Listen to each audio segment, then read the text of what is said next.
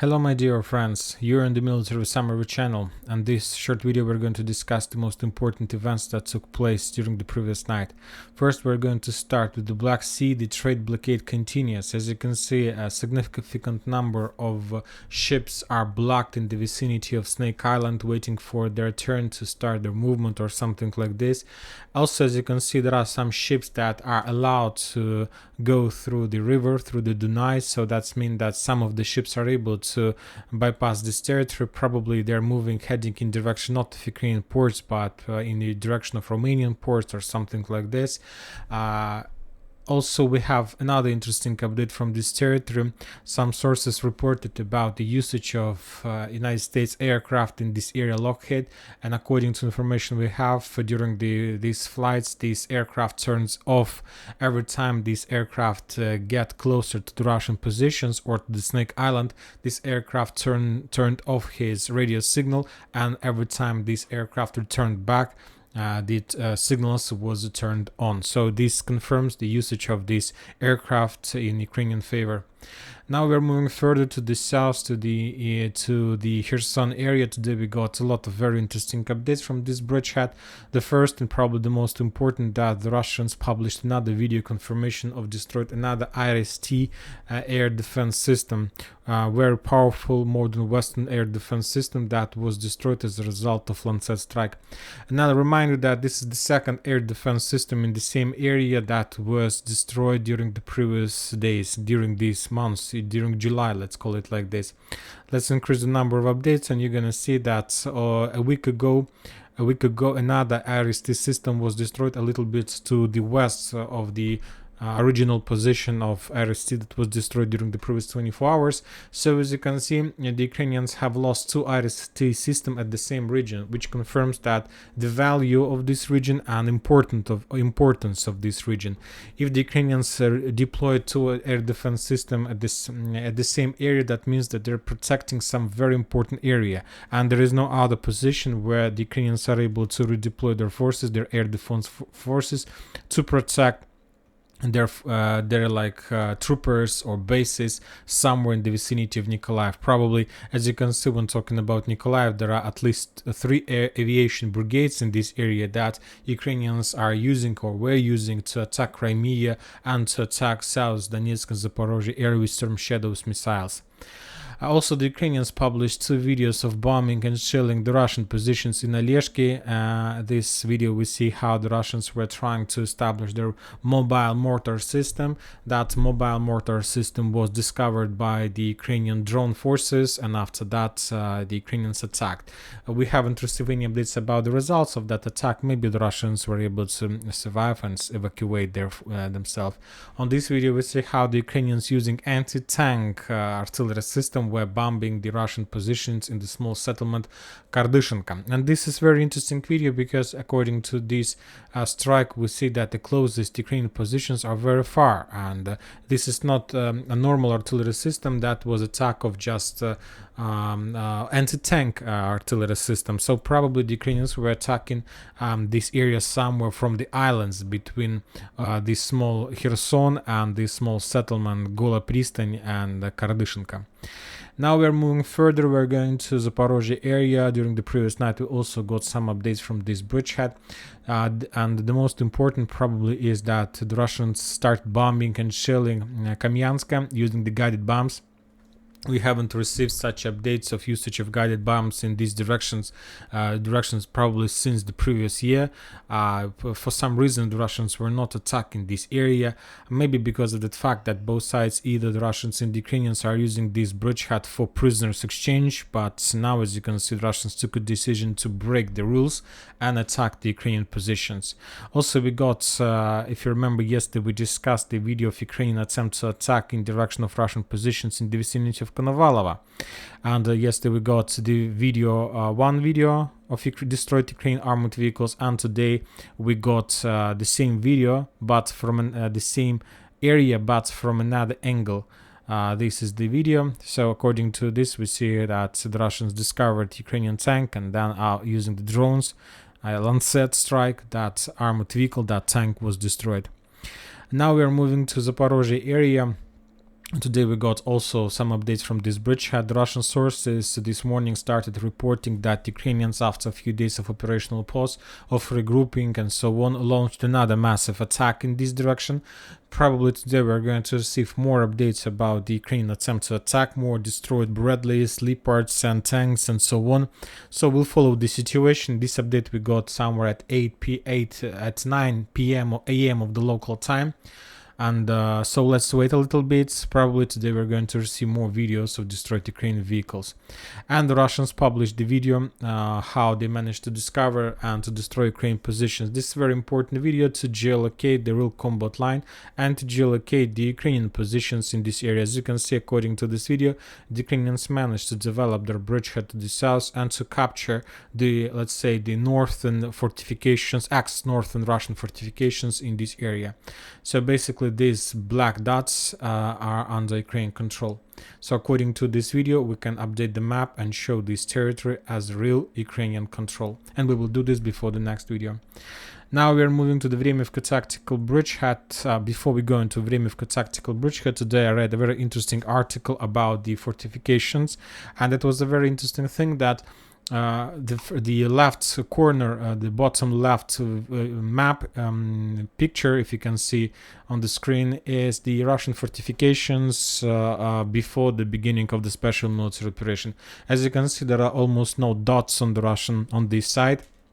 The second video to the north left top video picture is the situation when the Russians left Kherson, so it's almost a year ago, and as you can see, still there are almost no fortifications. And if we take a look at the bottom right corner, we're going to see the current situation. So basically the author of this article says that the Ukrainians did have possibilities in the previous year to launch a greatest counter-offensive operation, and they had possibilities to penetrate because there were nothing to penetrate, and they had possibilities to return control over Berdyansk, Melitopol, Tokmak. The only thing that Ukrainians didn't have is weapon, and they were asking weapon for almost all these times, all those days, all those months, but the Western countries didn't provide them, and now the Western countries provided them weapon, and we see the level of fortification. So the Ukrainians waste their time, and now I believe they can't do anything and they can't break the situation because of very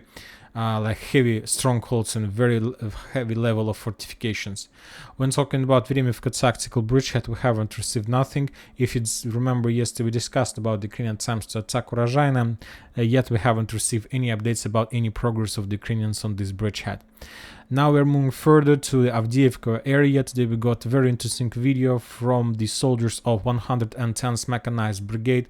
This is probably the most powerful and most famous brigade in this area. This brigade is responsible for defending Avdiivka and many other settlements. And today the forces of that brigade, some of the commander reported that the situation is critical in Avdiivka. And you remember, and I remind you that every time Ukrainian commanders published a video of a very poor situation with their forces, the next few days this or that fortifications falls and the Russians captured this or that sector or territory.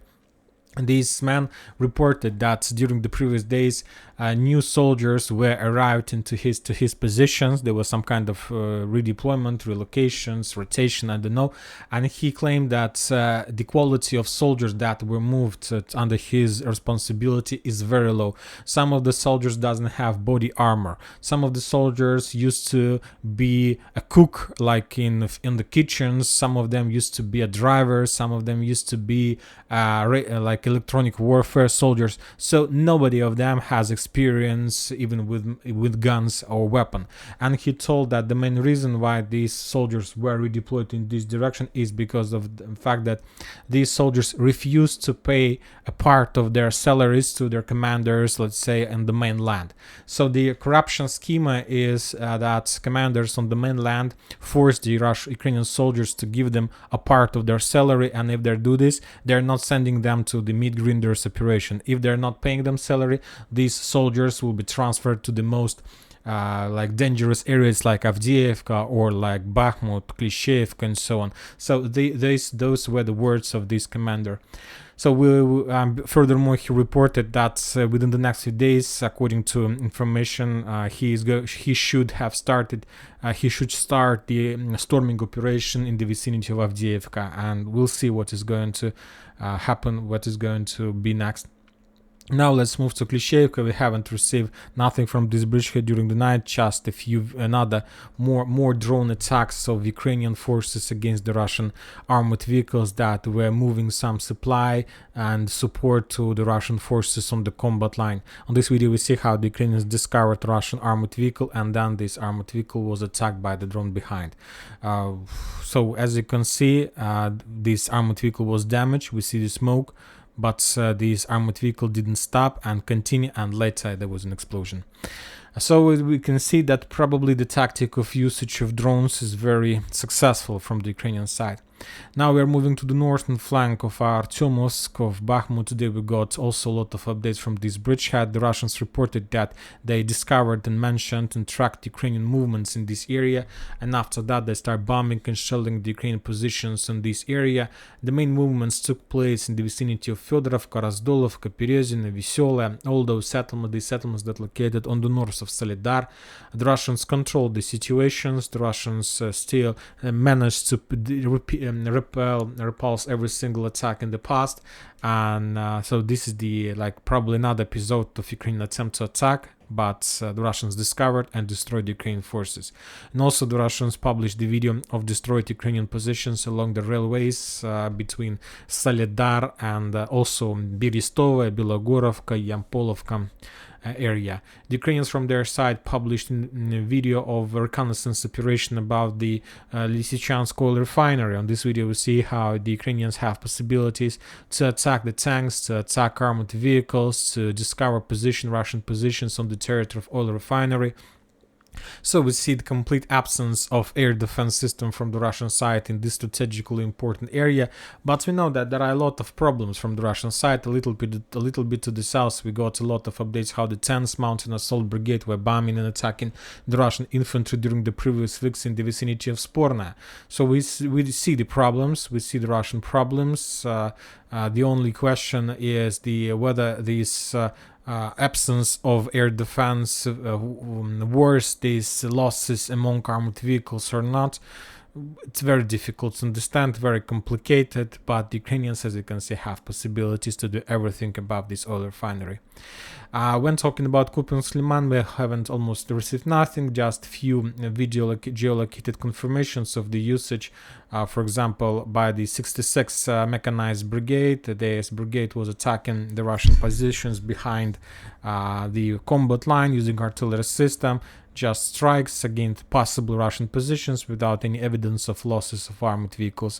And the Russians published a video how they managed to discover the Ukrainian machine gun positions in the vicinity of the recently newly created bridgehead on the Ukrainian side of Zherebez River. The Russians discovered the Ukrainian machine gun positions and just using the anti-tank missile destroyed that.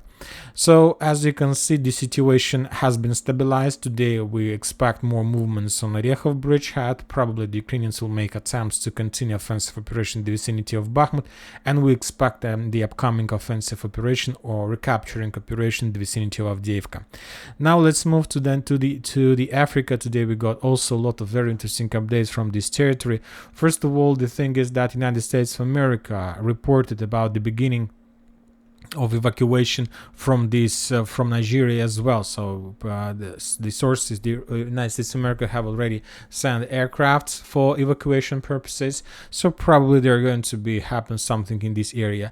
Furthermore, more and more countries from this region starting giving their own opinion about the situation. For example, the authorities of Ivory Coast reported that if intervention in direction of Nigeria is going to happen, they will take part in this intervention and they will support the Western coalition to restore the official authority in that country. For example, the authorities from Guinea reported a completely opposite situation. They told us that if something happens, the authority of Guinea will support Nigeria in the war against the Western countries and the Western coalition. Furthermore, the protest started in Senegal against the France power, against the France authorities, against these people. A lot of protests, and probably also something interesting is going to happen in this region. Of course, a lot of things, and I'll remind you that the previous days the countries from this area started like trade embargo with the Western countries with uranium and so on, and we expect the increase of prices for energy. And this is not about the energy, not just about the independence of these regions and their own policy.